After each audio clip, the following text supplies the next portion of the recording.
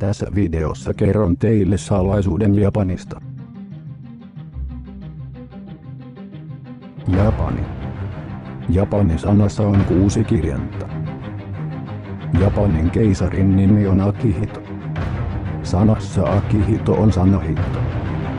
Hitto on suomalainen lienvähkö kirosana. Sanassa lienvähkö on 8 kirjainta. 6 plus 8 on 14. Mutta jotain on unohtunut.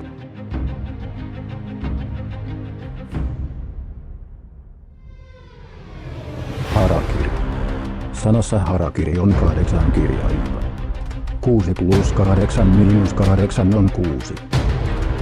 Japanin lipussa on 2 väriä, joten 6 jaettuna 2 on 3 ja Illuminatissa on 3 kulmaa, joten Japani on Illuminati.